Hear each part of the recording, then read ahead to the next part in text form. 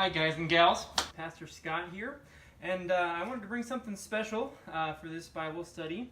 We're talking about how Jesus is the living bread, and so I thought a great way for us to spend some time together as a family would be for us to actually make bread.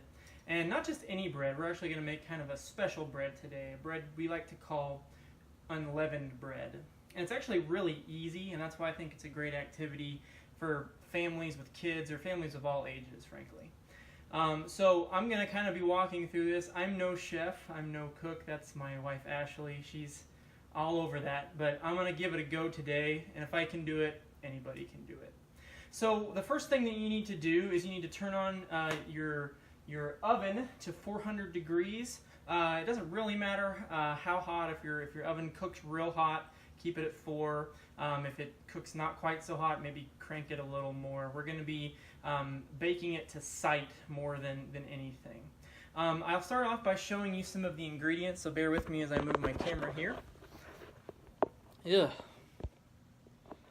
So what we have, for starters, I have a bowl set out and a wooden spoon for mixing. We have water. We're going to be using a little more than a cup of water. But you're going to want to have a lot because you're going to add 3/4 of a cup at first and then more as you go. All-purpose flour is the next thing you're going to do, and I've got some here. We're going to use a little more than a cup of that, about 1.5 cups of that. We're going to use 2 tablespoons of olive oil, and we're going to use 1 teaspoon of salt, and I have a 1/2 teaspoon, so I'm going to put 2 of those in. We've also got some parchment paper, which I'm going to set out so I don't make a huge mess with flour. But basically, what we're going to do is we're going to do the best we can to make a close approximation of the unleavened bread that Jesus would have eaten on the night when he was betrayed, and that he would have probably eaten fairly regularly with his friends and his family. All right, so let's do this. We'll give it a shot. So the way we're going to start is we're going to take our measuring cup, and we're going to fill it with flour. We're going to go ahead and top it off pretty good. And then we're going to go ahead and put that into our mixing bowl. And the next thing we're going to do after we do that is we're going to get to the salt. So that'll be here in just a second.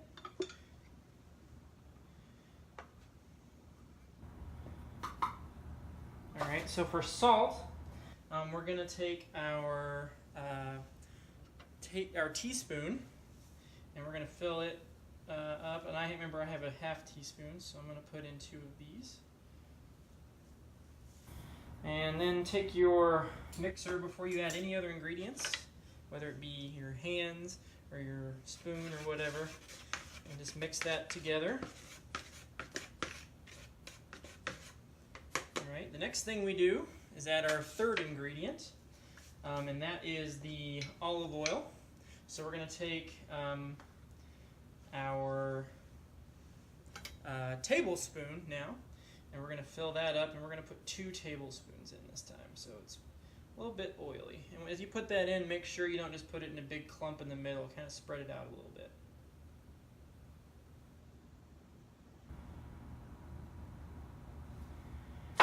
All right, and then the final ingredient is water. And so what I'm going to be doing is adding about 1/2 of this cup. I've got a little bit more than a full cup here, and I'm going to add about 1/2 of it, and then I'm going to mix it before I add the rest.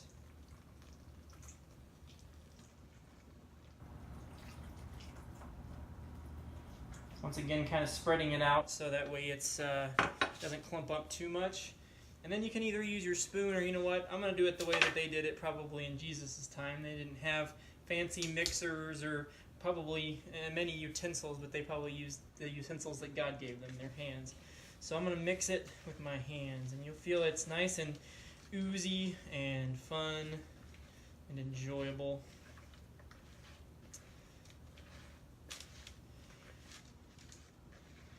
I can actually tell I probably need a little bit more flour than what I've got here. I've got kind of a pasty ooze going right now, but that's okay.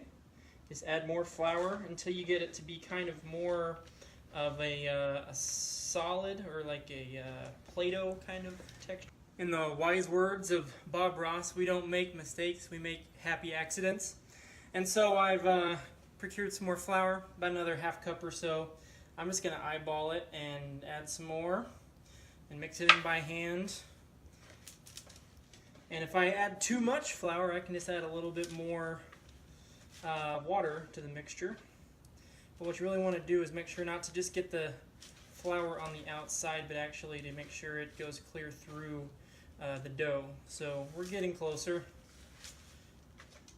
It's certainly a messy process though. So you'll probably do this for a couple of minutes. So I actually added about 2 cups of flour overall, and as you can see, I can pull my ball out and it doesn't stick to my hands as much anymore. So I've just kind of been kneading it in the mixing bowl. But actually I'm just trying to pick up all the little crumbs that are in the bowl.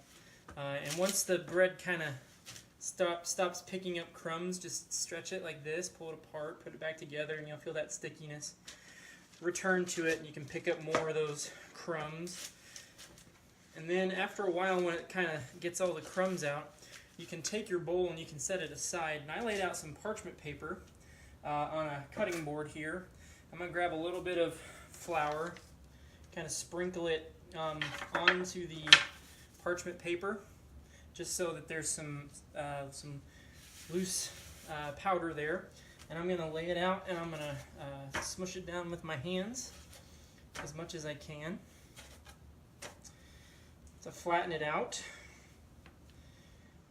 We have a modern invention called the rolling pin, which will do this for you. So I'm going to use that, and if you have any at home that you want to use, you can go ahead and use those too. If you want to stick with the authentic, older way of doing it, then you can keep using your hands that way. But this just makes it easier. And you're going to want to get it, about, when it's all said and done, about, I don't know, 1/8 of an inch thick, 1/4 inch thick, somewhere in there. But you want it to kind of have a good stretch. That's even a little thick there, so I'm going to keep going, spreading it out. You don't necessarily want a perfect circle or any kind of particular shape. I just have a cookie sheet that I'm going to be cooking it on, and I put some parchment paper down on the cookie sheet, and it's going to keep it from sticking to the metal whenever we take it out. And we're going to flip it over actually. So just keep on rolling it out flat. Every once in a while, flip it over to the other side. Make sure that you get some good flour coverage. Matter of fact, we're going to take some flour and just kind of sprinkle it on. That'll give it kind of a good drier exterior. We'll do that once we put it onto the cookie sheet as well. Just want to make sure that there's a good distribution of flour over the surface, so it gets that kind of nice, I want to say drier, crispier taste when it's done. So when it's all done, you want it to be about like this, maybe even a little thinner so it stretches but it doesn't fall apart. And then we're going to throw it onto our cookie sheet. So give me just a second here. So I've lined it with some parchment paper, and we're just going to do this. Slap it onto there. Grab some more of our flour, kind of sprinkle it on top. Flip it over. Put a little more on top. Kind of rub it in. And then this is ready to go into the oven. So we're going to put it in for 10 minutes on one side, and we're going to take it out and make sure it's kind of a little bit golden but not completely cooked, and then you're going to flip it and then cook it for 6 to 8 more minutes to see how it shapes up. Alright, so we're probably close. I had to run it a little longer than 10 minutes, probably more like 14 or 15 actually. But what we're looking for is, if you see there's some bubbles that are starting to develop on the top, and if you look closely it's starting to brown a little bit there towards the sides. So what we're going to do now is we're actually going to flip the, be careful as you do this, but you're going to flip the, actually that's too hot to do by hand. So I'm going to grab my tongs and I'm going to grab it and I'm going to flip it. You'll start to feel it's beginning to solidify a little bit. So we'll put that back in for probably another 10 minutes or so, I would guess. So now comes the fun part.